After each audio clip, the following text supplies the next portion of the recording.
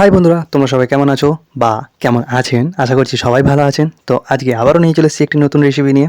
তো প্রথমেই যেটা নিয়ে নিয়েছি সেটা হচ্ছে ঝিঙে এবং পটল। তার সাথে নিয়ে নিয়েছি আমাদের এই পুকুরের গলদা চিংড়ি। তো তারপরে আমরা নিয়েছি একটি মিক্সির বাটি। সেই মিক্সির বাটিতে দিয়ে দিয়েছি সাদা সর্ষে, 3টি কাঁচা লঙ্কা, একটুখানি পোস্ত এবং দিয়ে দিয়েছি একটু পরিমাণ মতো গোটা জিরে। তো সেটাকে প্রথমেই আমরা একটু বেটে নিয়েছি এবং বেটে নেওয়ার পর তার সাথে দিয়ে দিয়েছি গোটা কতক পেঁয়াজ। তো সমস্তটাই বেটে নেওয়ার পর আমরা নিয়ে নিয়েছি একটি হাঁড়ি এবং সেই হাঁড়িতে আমাদের যে বাটাটা যেটা রেডি করেছি সেই বাটাটাকে আমরা দিয়ে দিচ্ছি। দিয়ে দেওয়ার পর দিয়ে দিচ্ছি একটুখানি পানি দেওয়ার পর আমরা দিয়ে দিচ্ছি ওপর থেকে মশলাপাতির মধ্যে যেটা দিলাম সেটা হচ্ছে একটু পরিমাণ মতো নুন এবং হলুদ। তা করতে করতেই আমরা দিয়ে দিয়েছি এবার আমাদের যে ঝিঙে পটল যেটা ছিল সেই ঝিঙে পটলটা দিয়ে দিয়েছি এবং তার সাথে সাথে দিয়ে দিয়েছি আমাদের গলদা চিংড়ি। এবং গলদা চিংড়ি দেওয়ার পর আমরা দিয়ে দিচ্ছি একটুখানি সর্ষের তেল। তো সর্ষের তেল দিয়ে দেওয়ার পর আমরা হাতে করে ভালোভাবে আমাদের যে তরকারি যেটা হবে ঝিঙে পটল চিংড়ি, সেই ঝিঙে পটল চিংড়িটাকে আমরা ভালোভাবে প্রথমে মাখিয়ে নিচ্ছি। তো আজকের রান্না যেটা করছি আমরা সেটা হচ্ছে ঝিঙে পটল চিংড়ি। তো দেখতেই পাচ্ছেন আমাদের ভালোভাবে প্রথমে মাখিয়ে নেওয়ার পর একটু ঠিকঠাক করে দিচ্ছেন এবং দিয়ে দিচ্ছেন একটু পরিমাণ মতো পানি। তো আজকের রান্নার জন্য আমাদের রেডি।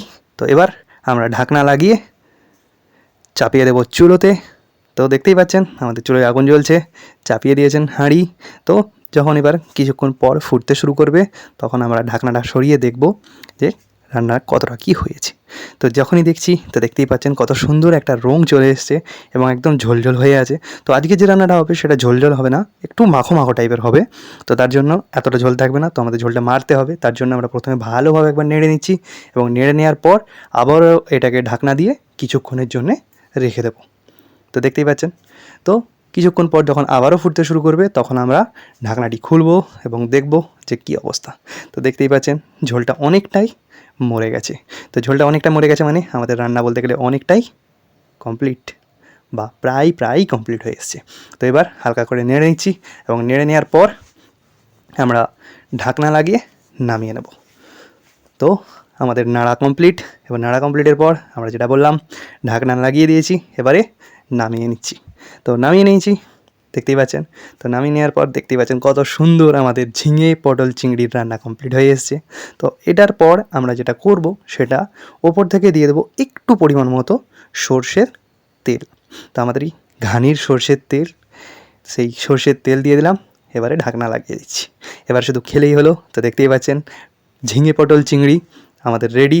তো অবশ্যই আপনারা বাড়িতে রান্না করবেন ঝিঙে পটল চিংড়ি এবং খাবেন, সাথে জানাবেন। এবং আমাদের বাড়ির ফেসবুক পেজ এবং ইউটিউব চ্যানেলকে অবশ্যই সাবস্ক্রাইব করবেন, সাথে লাইক কমেন্ট শেয়ার অবশ্যই করবেন। ধন্যবাদ।